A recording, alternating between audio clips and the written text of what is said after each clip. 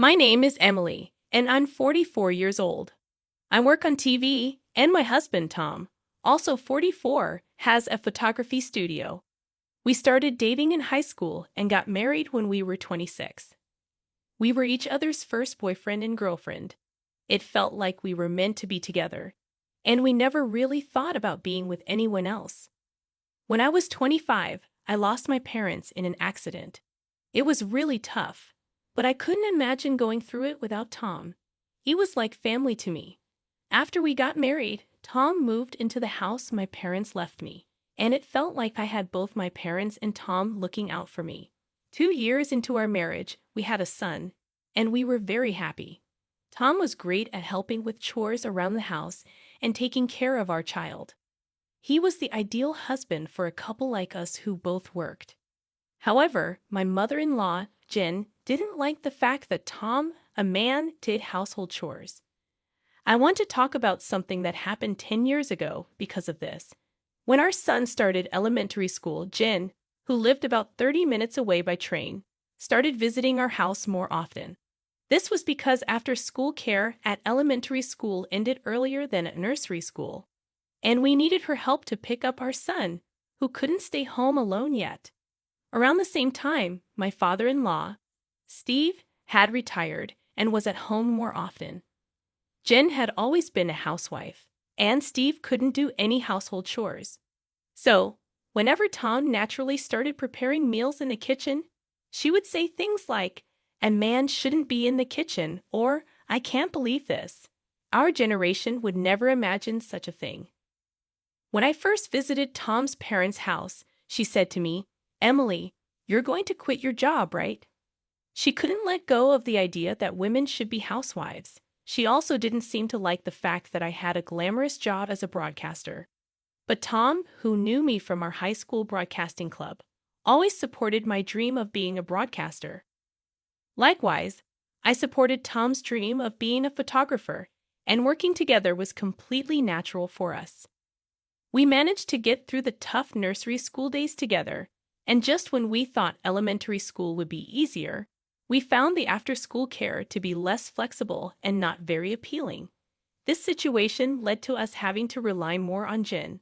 Once she started coming into the house, she would make comments like, "The laundry isn't folded properly," or "Isn't this cleaning a bit sloppy? There's dust over there."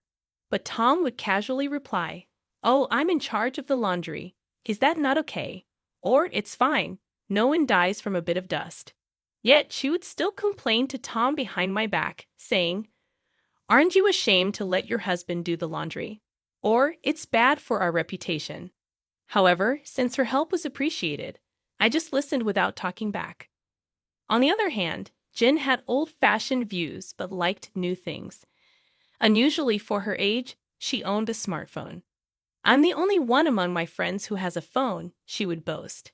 She used the internet to look up various things, saying, "See, you can do these kinds of things so easily now. And you have to use convenient things." She made good use of it, making reservations at restaurants and using services. At that time, our family relied on a delivery service for our shopping orders, done weekly via paper and delivered. This, too, seemed to displease Jen. She would say things like, "You should just go shopping yourself, and the delivery fee is a waste." But when she discovered that the service could be ordered online, she urged me, "Why don't you do this, Emily?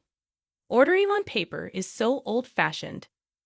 When Jen would stay until late at night so that Tom and I were preparing dinner, she would say, "I have to go back for Steve's dinner, and he won't eat if he's alone."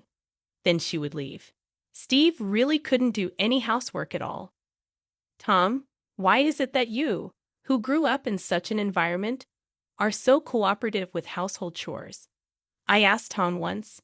He replied, "Mom always complained anxiously about Dad not helping with the chores. I decided that when I got married, I would definitely help out to avoid being complained about." So it was a case of learning by negative example. Jen was angry that her husband didn't do housework and found it amusing that her son did. I couldn't understand what would satisfy her, but I guess she just liked to complain. So I tried to keep my distance as much as possible. At that time, I had no idea that Jen was so cornered that she would end up doing something like selling our house without permission.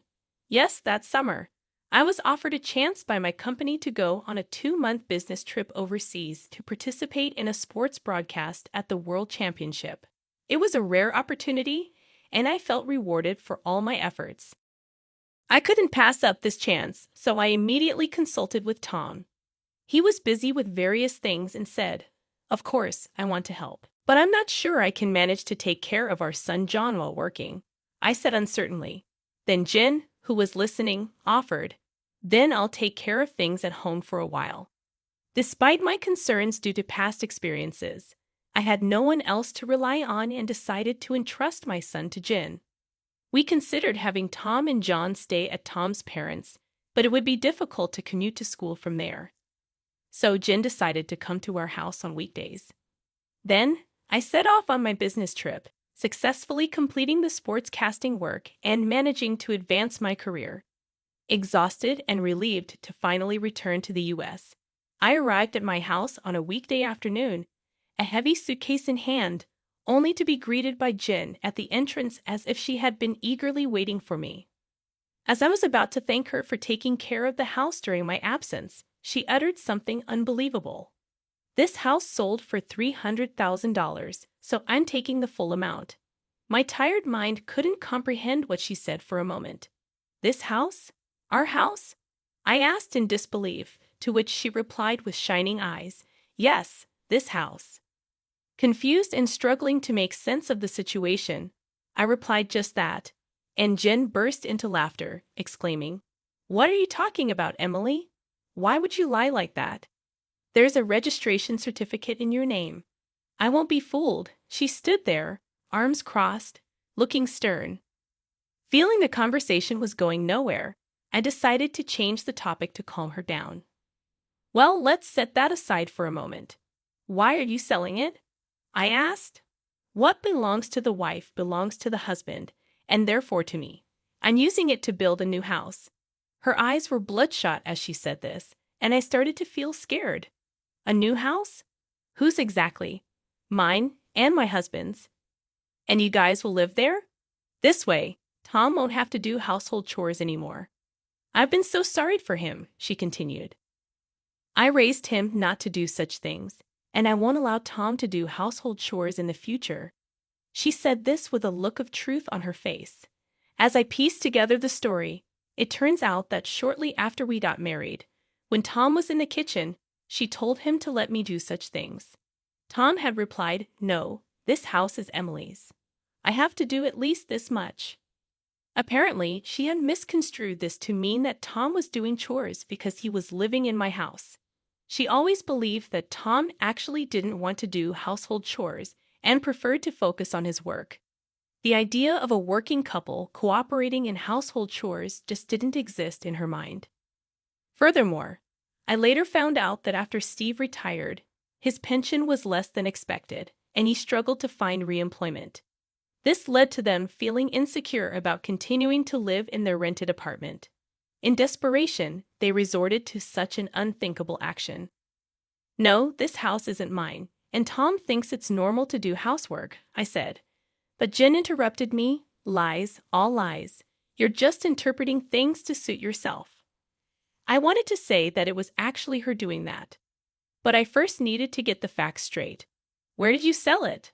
I asked. "To AA Real Estate. They did an easy online assessment, sent them the necessary documents, and they sold it easily. It's a convenient world, isn't it?" she replied.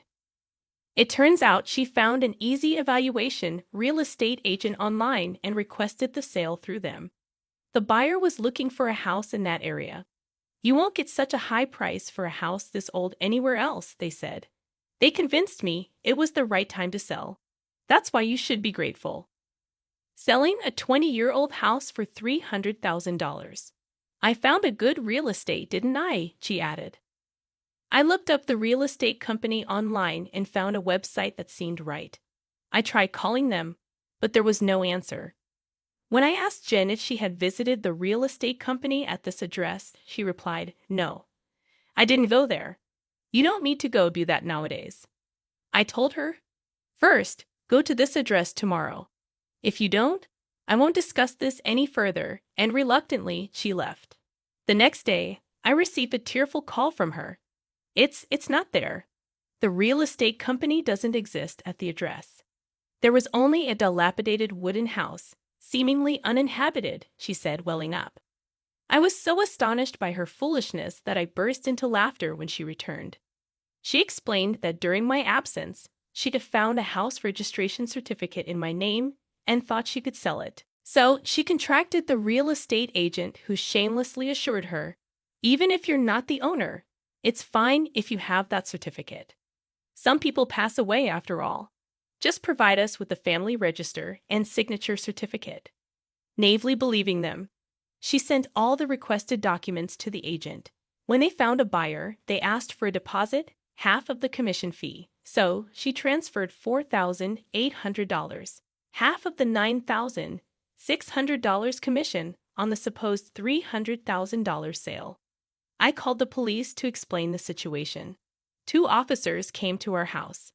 It turns out this kind of internet fraud, posing as real estate agents, has become common. They offer free valuation, ask for official documents, introduce a supposed buyer, take a fee, and then disappear. It was a devious scheme. Recently, with many vacant houses and the ability to fake addresses for document delivery, such frauds have become more common. The fraudsters probably wrote their name on a postbox and received the documents there. Jen was trembling as she answered the police officer's questions. "Let me ask you again, the house deed you sent, it belongs to your daughter-in-law, right?" the officer asked, tilting his head in confusion. "Yes, I did," realizing the gravity of the situation. As the third party got involved, Jen nervously started, "I thought that, well, it belonged to my son." But he was quickly countered by the officer. "Even if it was your son's, isn't it strange trying to sell someone else's house?" he said incredulously. Red-faced, she blurted out, "No, it's not like that. Emily asked me to. She wanted to get the house appraised to sell it," spouting a nonsensical excuse. The officer turned to me and asked, "Is that true?" To which I simply replied, "No, I didn't ask for that." The officer, unsure of whose testimony to believe, eventually seemed to trust me over my visibly distressed Jen. "She says she didn't ask for it. You shouldn't sell things on your own, madame. Normally, this wouldn't even be possible. This is just outrageous," he lectured, and Jen bit her lip, looking down in silence. The officer, now convinced of Jen's rash actions, inquired about the deed registration. "You sent a copy, right?" When she replied in a faint voice, "No, it was the original," the officer was even more astounded, and he shrunk further in dismay, looking at me. The officer asked, "Will you file a theft report?" I answered, "No, that document is invalid now. Actually, this house has already been sold to someone else. When we sold it, we could do so just with the registration identification information. The law had changed, so the deed registration wasn't needed. Indeed, I had received the deed when I inherited the house from my parents, but it was unnecessary when selling the house, so I kept it as a memento." Jen, unaware of this, thought that deed meant I still owned the house. Normally, real estate agents would request or retrieve a copy of the deed themselves for verification, but fraudsters didn't need such details. After all the embarrassment, she looked at me resentfully and muttered, "Why didn't you sell the house? It's a curse to sell your parents' home. People in flashy jobs are like this." I met her gaze and said, "Tom wanted it. He needed a lump sum." "Tom? Why?" she exclaimed, her face turning even bluer with surprise at that time. "Tom wanted to start his dream photography business, but didn't have enough funds.